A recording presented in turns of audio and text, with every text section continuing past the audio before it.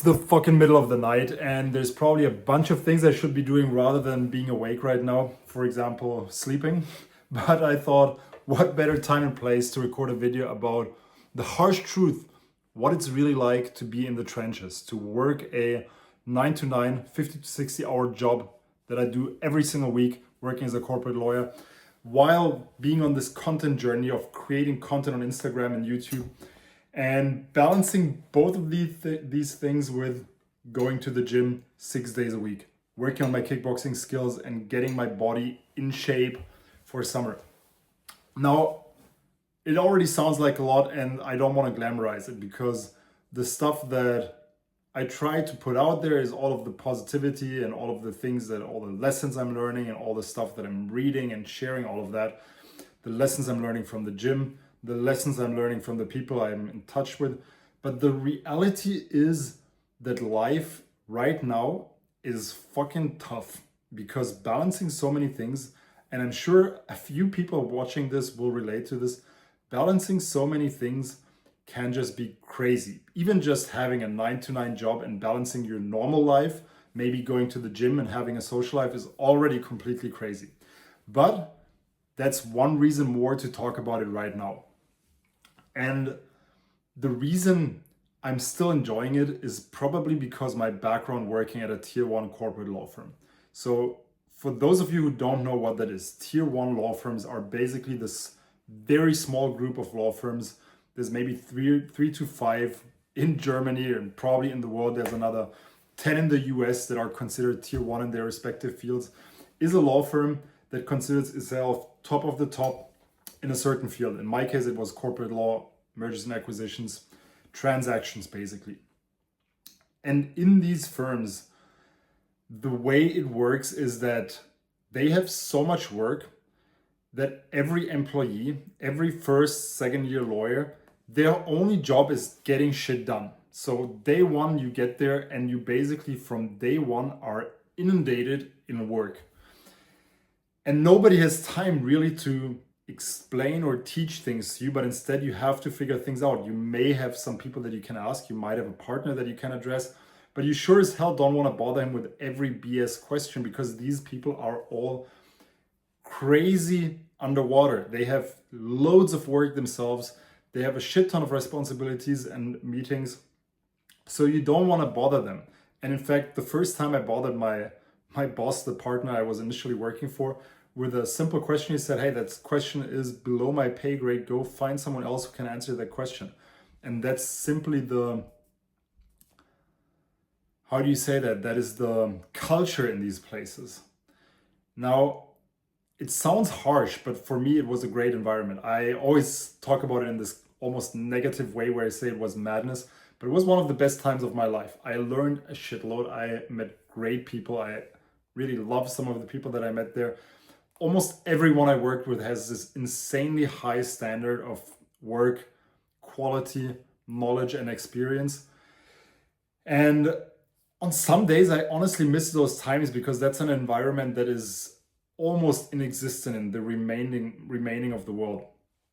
Now, I learned two big things at this firm that really shaped my character. The first thing I learned there is this insane push of every single individual to their absolute limits, right? There is just so much stuff to get done that you get used to working all the time. Yeah, sometimes you have the weekends off, but during the week you always work from 9 a.m. until midnight, 1 a.m. That's really almost the core work hours. And people that haven't worked in that environment usually don't even believe it when I tell these stories. It's so crazy for normal people to imagine that. So Monday to Thursday, even Friday, is work only. You basically don't do anything else. In my case, I often manage to sneak out for 30, 45 minutes, cross the street to go to the gym right there, and then sneak in a little gym session. I would stay later, so I often was the last one to leave the firm at night with one other colleague.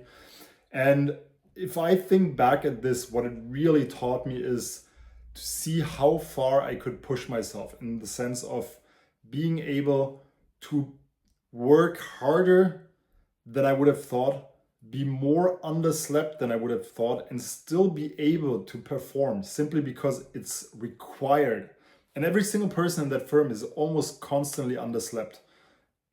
It's crazy to imagine. Now, the thing is, the first couple times you don't sleep much, you're like, fuck, I can't work, I can't focus, but you just get used to it. And for me, nowadays, of course, I try to sleep more and try to sleep more like 7 hours a night, but sometimes I cannot do it. Like tonight, I already know it's going to be a short night. I'm probably going to sleep 4.5 hours.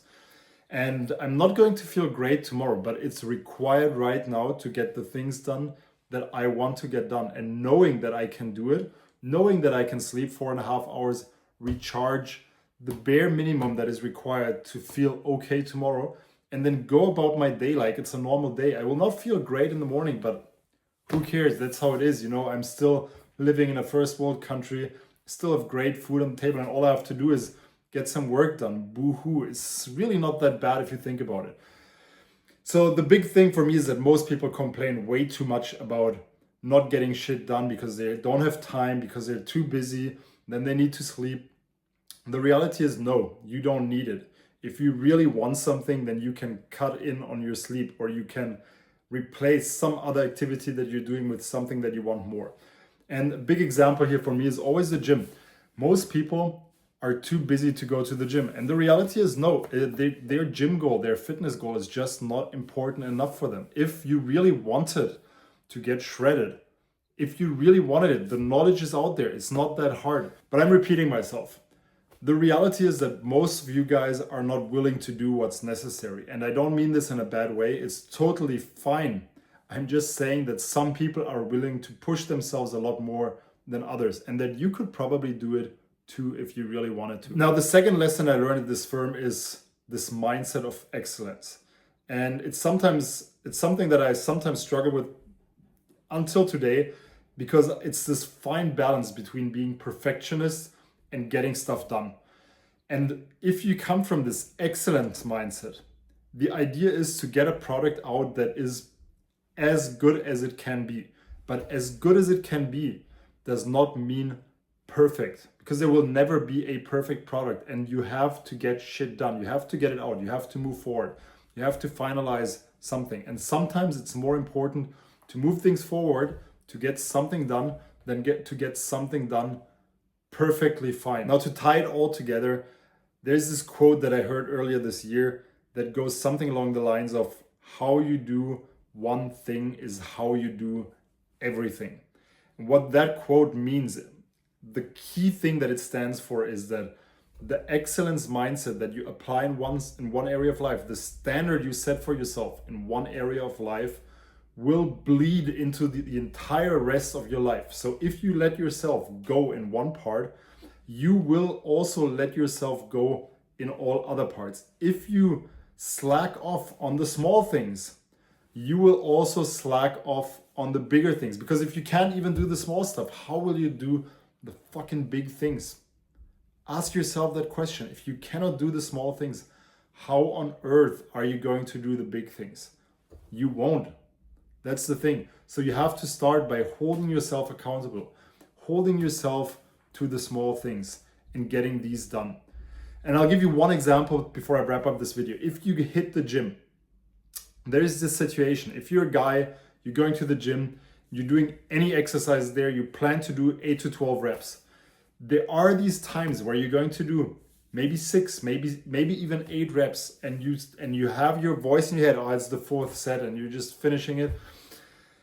And that voice tells you, yeah, it's fine. And then you get up and that voice is like, well, actually it wasn't fine. You could easily have done one more rep. The question is, what do you do in those cases? Do you sit back down and do another 3 reps or however many you can do? Or do you just leave it at that? And most people will just leave it at that. They will be like, yeah, fuck it, I already finished. That's it for today. But you have to start coaching yourself. You have to start pushing yourself to sit the fuck back down and do a couple more reps.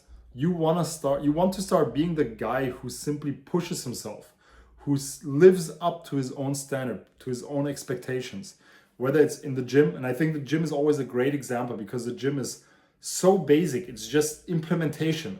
Like literally, you know what you have to do.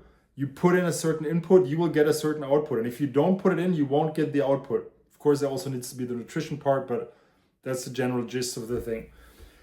Other parts of life are way more complicated, but if you cannot even do it properly in the gym, how are you gonna do it in other parts of life? That wraps up today's video. Can't even speak anymore. I really need to sleep.